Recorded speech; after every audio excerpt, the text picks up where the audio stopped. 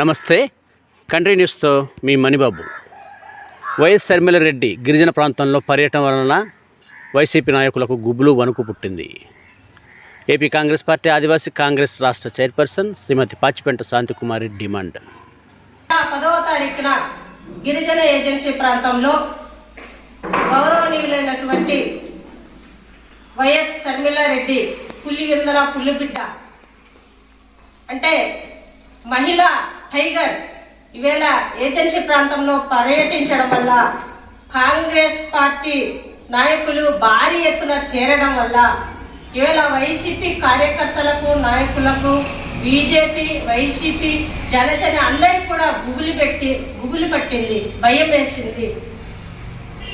వేసి ఈవేళ మా యొక్క అధినేత్రి అయినటువంటి శర్మిలారెడ్డి గారికి భాగ్యలక్ష్మి గారైనా సుభద్ర గారైనా కౌంటర్ ఇవ్వడానికి ఏ మాత్రము సరిపోదు.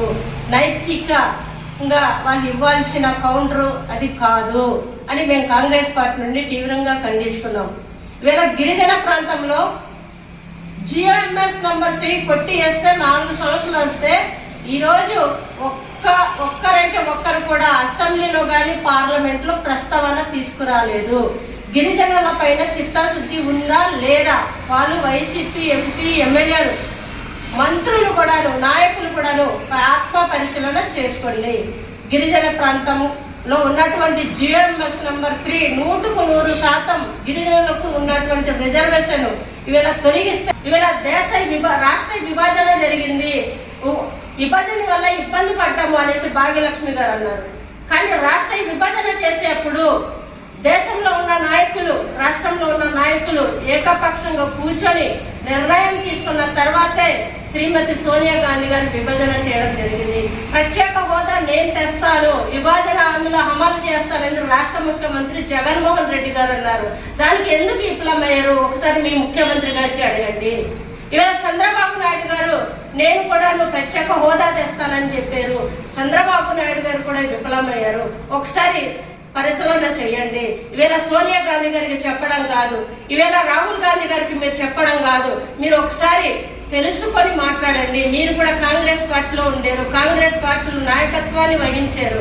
మీరు మర్చిపోవద్దు, దాన్ని మర్చిపోయి మాట్లాడవద్దని నేనైతే చెప్తున్నాను. ఈవేళ ఇద్దరు అన్నదమ్ములు ఉంటేనే భూముల కోసం తగాదాలు వచ్చి విడిపోతున్నాం. అలాంటిది రాష్ట్రంలో 2 తెలుగు రాష్ట్రాలు కలిసి ఉన్నప్పుడు విడదీయడం దాంట్లో తప్పేం కాదు. మన విభజన హామీలో ఉన్నవన్నీ కూడా కాంగ్రెస్ పార్టీ ఇస్తుంది. విభజన హామీలో ఉన్నదన్నీ కూడా కాంగ్రెస్ పార్టీ అమలు చేస్తుంది. ప్రత్యేక హోదా ఇచ్చేది కాంగ్రెస్, తెచ్చేది కాంగ్రెస్. ఈవేళ ప్రత్యేక హోదా తొలి సంతకము నేను పెడతానని రాహుల్ గాంధీ గారు హామీ ఇచ్చారు. అదే మా శర్మిలారెడ్డి గారు కూడా చెప్పడం జరిగింది. నేను అధికారంలో వస్తే, మా కాంగ్రెస్ పార్టీ అధికారంలో వస్తే గిరిజన ఏజెన్సీ ప్రాంతంలో ఉన్న హక్కులు చట్టాలు అన్నీ కూడా పూర్తి స్థాయిలో అభివృద్ధి చేస్తాను. ఎటువంటి భయం ఆందోళన చెందవద్దు అని మా శర్మిలారెడ్డి గారు అన్నారు.